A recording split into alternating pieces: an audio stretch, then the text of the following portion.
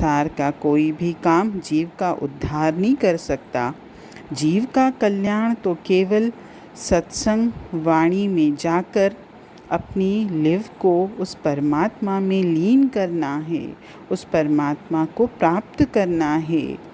अगर हम अपने संसार के कामों में ही उलझे रहेंगे और उस परमात्मा के लिए समय नहीं निकालेंगे, उस परमात्मा से अपनी वृत्ति को नहीं जोड़ेंगे, तो हमारा ये जो अनमोल मनुष्य जन्म है ऐसे ही व्यर्थ चला जाएगा, जो कि मुझे 84 लाख योनियों में भटकने के बाद मिला है।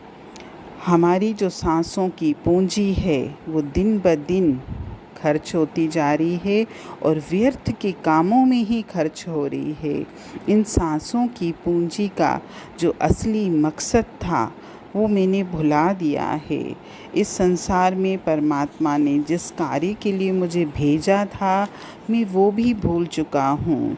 मुझे संसार के रंग, पदार्थ, रिश्ते, नाते, जो भी लुभावनी चीज़ें हैं, इतना मुझे खींच के बैठी हैं कि मैंने उस परमात्मा का हाथ छोड़ दिया है। मेरे को ये याद नहीं कि मेरी मंजिल वो परमात्मा का घर ही है।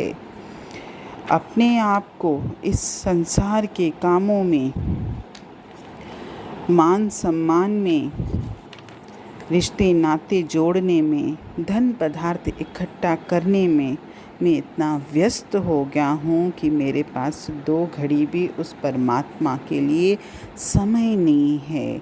और अगर समय है भी तो मेरा मन उससे नहीं जुड़ता। मुझे अगर समय फालतू होता भी है मेरे पास अगर, तो भी मैं संसार के कामों में ही उसको बिताता हूँ, उसी में खर्च करता हूँ। मैंने कभी भी समय को परमात्मा के साथ नहीं जोड़ा है।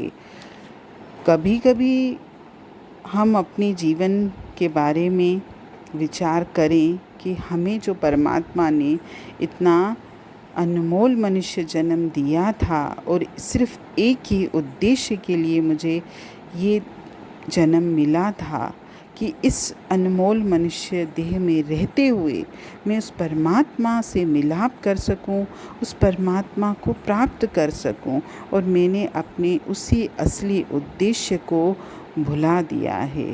हरि ओम।